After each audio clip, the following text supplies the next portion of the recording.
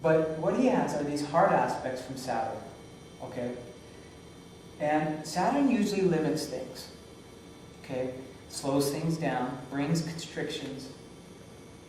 But interestingly, one thing that happens is that Saturn comes on to John McCain's Neptune. Neptune is the planet of our dreams. It's about our fantasies. It's about our urge to kind of merge into the divine one. It has a lot to do with fantasy, kind of collective dreaming, escapism, intoxication, the ethereal. But when Saturn and Neptune come together, when Saturn transits somebody's Neptune, you can either be disillusioned, okay, so this is a possibility. On that election day, you see that, oh, the depression that happens, my dream is done. Or Saturn gives structure, form to the dream, Neptune. Okay? Two ways to look at that. And I think it's very powerful, especially because what else is happening with Saturn? He's having a Saturn opposition. That means Saturn opposes Saturn. Okay, this happens every 30 years. This would be a hard aspect from Saturn, okay? But here's the thing. When we have a Saturn opposition when we're 14 or 15, we are kind of opposing what is the power structure that is in place right then. That's why we fight against that, okay?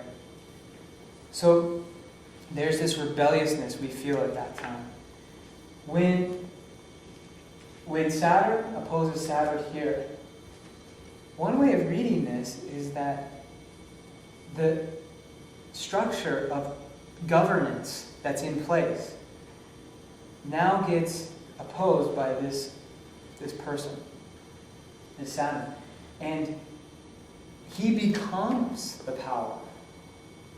That's one way of looking at this. Just like when we're opposing Saturn when we're like 15, there's one way of looking at it is that, okay, there's this Saturn happening, and so what's interesting is that somebody who's going to be in charge of the country and have this incredible amount of power and authority, discipline other people, be responsible, you actually want a lot of Saturn happening because you want something that will last.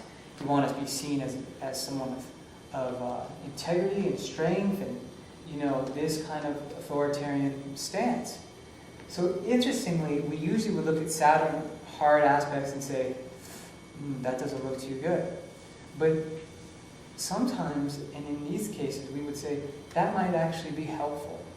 So these things happening with John McCain seem that they could really maybe assist him. Okay? Now, on his progress chart, which is, again, the evolving nature of the soul, we see that there's a very powerful conjunction, okay, that's when planets come together in touch, of Jupiter, which expands us, gives us growth and opportunity, the North Node, the soul, the magnetic part of the soul, the Venus energy, which can bring success, money, social respect, and Ceres that we mentioned, abundance, bounty. Those are all connected, and they're on John McCain's Progress Ascendant. And the Progress Ascendant is how we appear at a given time to the world, our mask, okay? You put all these kind of benefic forces on the Progress Ascendant, and that looks pretty promising. Especially because this is all in Sagittarius. And that means that Jupiter, the ruler of this progress chart, is in this configuration. So it's like pushing it all up. Okay, so, and we also have the sun in the sky falling on McCain's progress sun. So we have a lot of these things that kind of bring this like really expansive, like his life force seems to be really expanding on that election day. On the inauguration, one last thing. The planet Jupiter is transiting his moon. And it hits it on election day, and it's still in orb, meaning somewhat connected to it on inauguration day. Jupiter on someone's moon can really feel like this elated sense of being. The moon is our emotions, our sense of security, nourishment, comfort. You put Jupiter there, and it gives this very expansive, emotional, like security, connectedness. It makes you feel good. And so we see that on both of those charts. That's very powerful, I feel like. And it's also going to be in John McCain's 4th house. Now, the 4th house is the home. So if you put Jupiter through someone's 4th house, that could mean that they're expanding their home. A bigger home. I don't think it gets bigger than the White House. The interesting thing is that Obama in 2012 will have Jupiter conjoin his moon. There's a lot of things in 2012 that point to some really positive energies for Obama. Okay, I'm going to get to Obama in a minute. We got the Jupiter on the moon, and then right. Okay, and a couple other things. I'll just mention them. Okay, so the south node in the sky, we said that the kind of karmic energy that we're all tapping into, the karmic traces, that's in Leo, is going to cross McCain's Mars. Now Mars and Leo both have to do with leadership. Okay?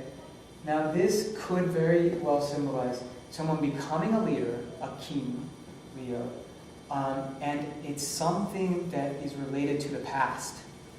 Like they were there before. It's something coming through again.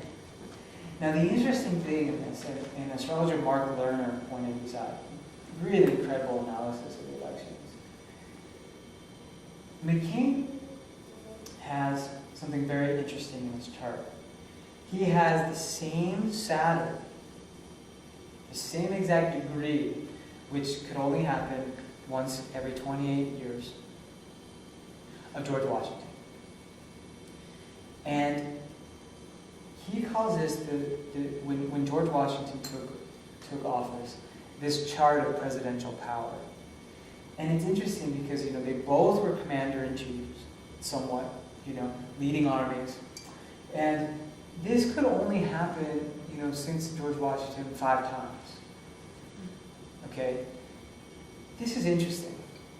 It's something I just want to point out, that there is this resonance field, and we're always looking back with the nodes or with these other karmic links. I'm going to mention this in the case of Obama with Kennedy and Lincoln, okay? Because there are karmic links with them. But I'm putting McCain here with George Washington, and it's very powerful. The other thing that I wanted to mention, come back to, is that we talked about Saturn, and that a lot of people say, oh, Saturn's bad, but if you look back at 2004, George Bush was having a Saturn return. Happens when you're 30, 28 to 30, happens when you're 58 to 60. And people initially would say, oh, well, that looks bad, Saturn limitation. But Saturn is about being in power. And he got to power. And whatever means it came by, the fact was that in the end, he came to power. So Saturn really worked in his favor. So that's just emphasizing that point that Saturn can really be beneficial, even though it may seem like it's limited. Even people going through their first Saturn return, if you look through history, some of them have created the greatest works of art, music, during their first Saturn return or second Saturn return. So it's interesting because it makes you take it to a whole other level.